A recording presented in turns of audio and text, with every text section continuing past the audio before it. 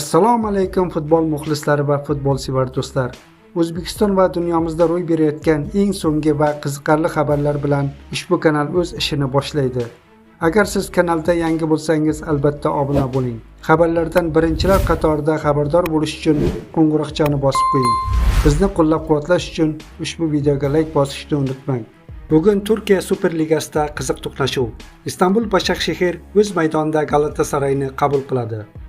Taxminiy tarkiblarga ko'ra, o'zbekistonlik hujumchi Eldor Shomurodov asosiy tarkibda maydonga tushishi kutilyapti.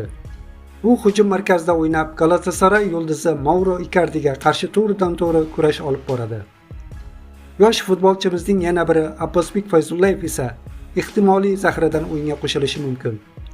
Agar u maydonga tushsa, bu ikki o'zbek futbolchisi uchun katta imkoniyat bo'ladi. Galatasaray favorit hisoblansa-da, Başakşehir o'z uyida kutilmagan natija ko'rsatishi mumkin.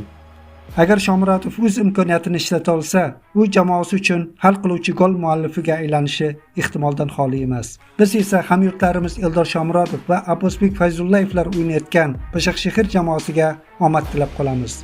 Xayr, salomat bo'lingizlar.